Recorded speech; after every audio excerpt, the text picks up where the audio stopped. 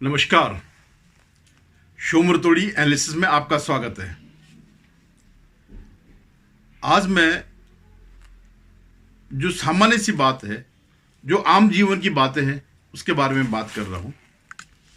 वो क्या है कि आपने देखा होगा हर कोई पूजा करता है, तपस्या करता है, कुछ प्राप्त करने के लिए जो है कोई भगवान महादेव से मांगता है, कोई माँ दुर्गा से मांगता है, कोई किसी भी देवी देवता से मांगता है, कोई अपने आराध्य से मांगता है कुछ मंत्र जो है।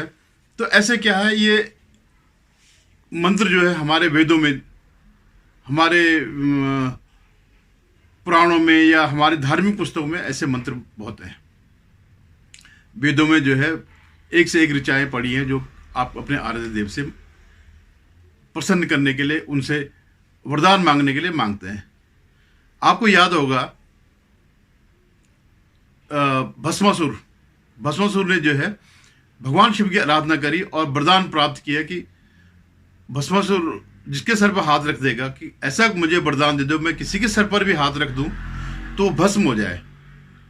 अब बाद में वो भस्मासुर जो है एक समस्या बन गया, पूरी पृथ्वी के लिए समस्या बन गया। पूरी जो उस समय जनसंख्या थी, जो देवी देवता राजा सबके लिए समस्या बन गई।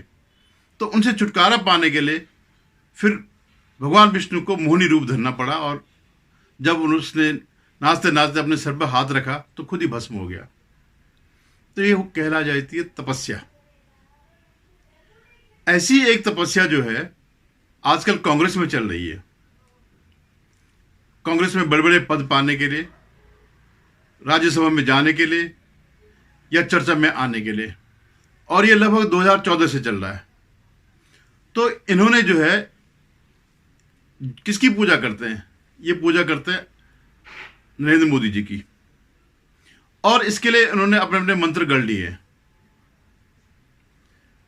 अपने हिसाब से उन्होंने उनकी पूजा करनी शुरू कर दी है, अपने हाई कमान के नजरों में आने के लिए, कुछ पाने के लिए। आपको याद होगा जो पवन खेड़ा जी हैं, जब पिछली बार उन्हें राज्यसभा का पद नहीं मिला, राज्यसभा में वो नामांकित नहीं हुए, कांग्रेस ने उनको राज्यसभा नहीं भेजा, तो उन्होंने बड़े टूटे हृदय से कहा कि मेरी तपस्या में कोई कमी रहेगी होगी। तो वही जो पवन खेड़ा जी हैं, तो अपनी तपस्या में और ज्यादा उन्होंने नए नए मंत्रों का इजाद किया, और अंत में जो है अभी कुछ दिन पहले जो है क्या कहा, प्रधानमंत्री मोदी जी के पिता का नाम बदल दिया। एक प्रेस कॉन्फ्रेंस में नरेंद्र गौतम मोदी करके, आप जानते हैं कि आजकल उनका सोरोस के कहने पर उनका खेल चल रहा है, गौतम अडानी को लेकर के एक खेल चल रहा है, और इस देश को डुबाने के लिए। तो बड़े मासूम से बन रहे हैं। अच्छा, क्या नाम है, क्या नाम है? अच्छा, गौतम नहीं है, इस ढंग से। ऐसे एक जो है सुप्रिया सुनेत्र इनकी प्रवक्ता है, तो वो भी दिन रात जो है गाली गलौज करती रहती है। उनको भी पद चाहिए। और इससे पहले बड़ी लंबी फहरिस्त है मोदी पूजन की, जो है इनकी लंबी फहरिस्त है। चाहे मणिशंकर अय्यर हो, संदीप दीक्षित हो, या जो महाराष्ट्र के इनका जो है संजय निरुपम हो, एक से एक जो है इनके ऋचाएं, मंत्र मोदी जी पे इन्होंने बनाए हैं। तो ये जो है आजकल ये ऋषि बन गए हैं, नए नए मंत्र जो है ढूंढ रहे हैं। तो पवन खेड़ा साहब भी जो है राज्यसभा पाने के लिए, या इवन वो जो आजकल इनके अध्यक्ष बने हैं मल्लिकार्जुन खड़गे, तो वो भी काफी गाली गलौज तू ता करते हैं। तो इसकी शुरुआत तो इनकी आराध्य जो है कुलदेवी सोनिया गांधी से ही हुई थी, जब उन्होंने गुजरात में मोदी जी के लिए कहा था कि लाशों का व्यापारी और पता नहीं क्या क्या जो भी चीजें। उसके बाद से एक पद्धति बन गई। लगातार जो है हाईकमान की नजर में आने के लिए वो मोदी जी के खिलाफ गाली गलौज ये सब चीजें करना शुरू कर दी, और इस हद तक कि वह मोदी से घृणा करने के चक्कर में और आगे चले जाते हैं, देश से घृणा करने तक पहुंच जाते हैं। तो खैर अभी जो है पवन खेड़ा जी के खिलाफ जब इन्होंने इस ढंग से अपमान किया, मोदी जी के पिता का अपमान किया, तो उनके खिलाफ देश भर में जो है एफआईआर हुई। तो इनके लिए डेमोक्रेसी खतरे में आ गई, जबकि इन्होंने पता नहीं कितने लोगों पर जो है एफआईआर की होगी। आपको अगर याद होगा, अर्णब गोस्वामी के जब उन्होंने कुछ भी नहीं कहा था, सोनिया का नाम एंटोनी माइनो जो असली नाम है वो कहा, तो पूरे देश में जो है एफआईआर उनके खिलाफ हो गई। अल्टीमेटली क्योंकि उस समय कांग्रेस की सरकार थी महाराष्ट्र में, तो उनको जेल में जाना पड़ा और 15 दिन के करीबन जो है सुप्रीम कोर्ट के हस्तक्षेप से जो है उनकी रिहाई हो पाई। तो इन खेड़ा जी के खिलाफ भी जब देश भर में एफआईआर हुई, तो आज जब वो रायपुर जा रहे थे अधिवेशन के लिए, इनका जो 85वां अधिवेशन है, शायद हो सकता है ये कांग्रेस का अंतिम अधिवेशन भी हो। मुझे नहीं लगता कि इन हरकतों से कभी ये सोरेस के वाहक बन जाते हैं, एजेंट बन जाते हैं, उनके टूल्स बन जाते हैं, विदेशी शक्तियों के टूल्स बन जाते हैं, कभी ये जिनपिंग के टूल्स बन जाते हैं भारत के खिलाफ। एक भी 10-15 साल में जो भी दिखाई दे रहा है, एक एक कदम इनका जो है एंटी इंडिया है। मोदी के लिए बोले जितना बोले, लेकिन तुम देश के खिलाफ भी बोलते हो, और मोदी के पिता के खिलाफ बोलने की क्या जरूरत थी? कभी कहते हैं साहब ये इन्होंने जवाहरलाल नेहरू का अपमान किया। उन्होंने क्या किया? कुछ भी नहीं किया। उन्होंने तो यही कहा कि आप नेहरू क्यों नहीं लगाते हैं, आप जो फर्जी गांधी जो तुमने जो सरनेम लगाया वो क्यों लगाया, तो सामने लाए। तो ये तो ऐतिहासिक फैक्ट है, ये तो कोई अपमानजनक नहीं है। आप बताएं कि हाँ हम क्यों नहीं नेहरू रखते हैं, या गांधी क्यों नहीं रखते हैं, या जब इंदिरा गांधी जब राजीव के पिता जो है फिरोज गांधी से जब शादी कर रही थी, तो नेहरू जी क्यों इसके खिलाफ थे? वो अच्छे खासे सुदर्शन थे, सब कुछ थे, पढ़े लिखे थे, कमला नेहरू की सेवा भी करते थे। क्यों? क्योंकि वो विधर्मी थे, इसलिए आपने इस शादी का विरोध किया। फिर गांधी जी ने अपना नाम दे करके उनको जो है गांधी से गांधी बनाया। और आज मैं देखता हूँ कई यूट्यूबर जो है साबित करने पर लगे हैं कि ये नहीं, वो गांधी जो फिरोज गांधी थे वो गांधी हैं, कि गांधी नहीं है, गांधी हैं। तो खैर ये तो अलग बात हो गई। तो ये जो है, तो जब आज ये रायपुर जा रहे थे, तो इनको जो है एयरपोर्ट में सीआरपीएफ ने जो है उन्होंने रोक दिया और उनकी गिरफ्तारी के जो है उनको ऑर्डर दिए कि आपको जो है पूछताछ के लिए ले जाया जा रहा। अब आप देखिए,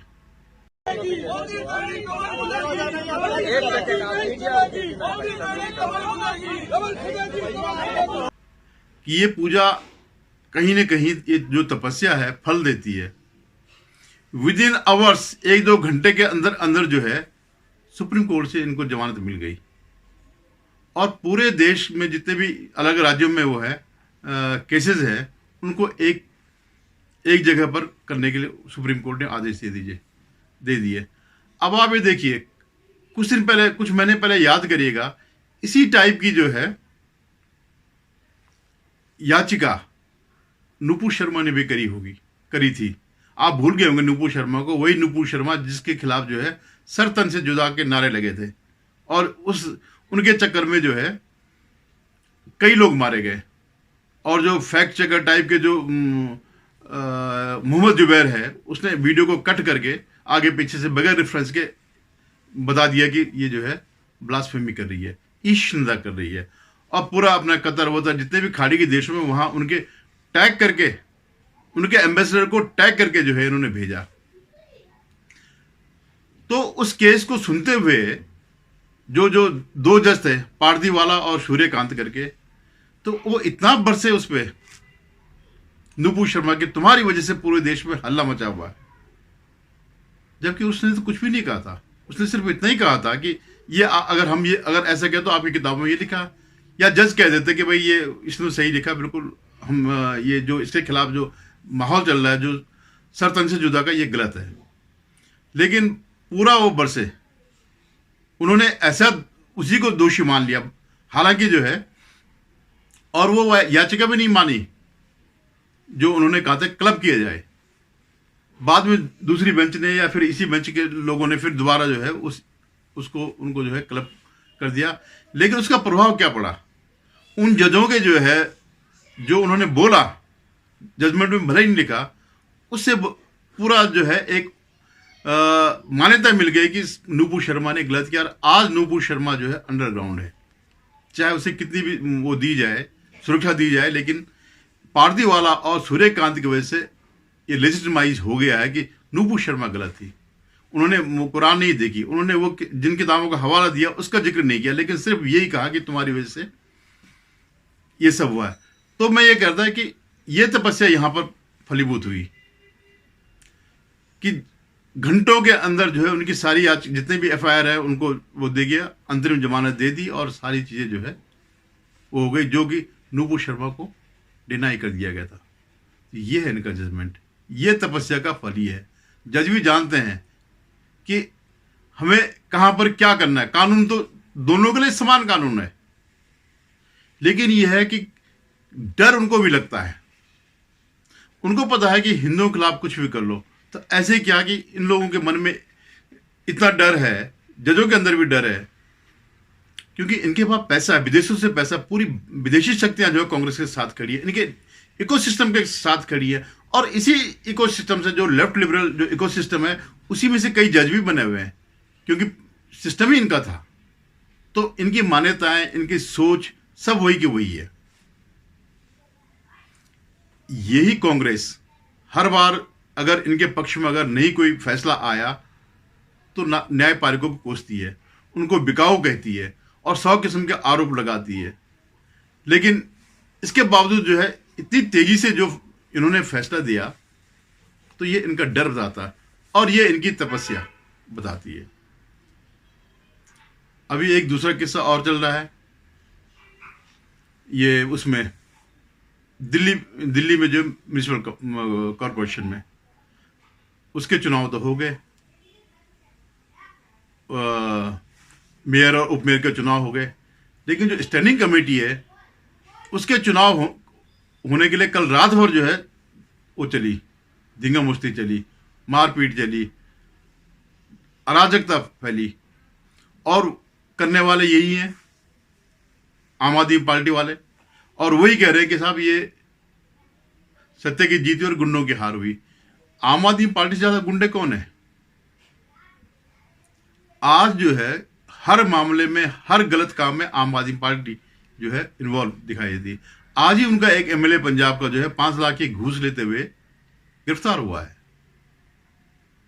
और ये कह रहे हैं संसद में संजय सिंह का एक भी शब्द कोई बता दीजिए, सिवाय हल्ला मचाने के, सिवाय अराजकता फैलाने के, कोई और उनका काम हो आम आदमी पार्टी का। तीन या चार जितने भी इनके वो हैं सांसद हैं वहां पर, बल्कि धनखड़ साहब जो सभापति है राज्यसभा के, उन्होंने इनको नोटिस भी दिया है, क्योंकि स्टैंडिंग कमेटी में बीजेपी के लोग नहीं आ पाए तो इन्होंने पूरा शोर मचाना शुरू कर दिया।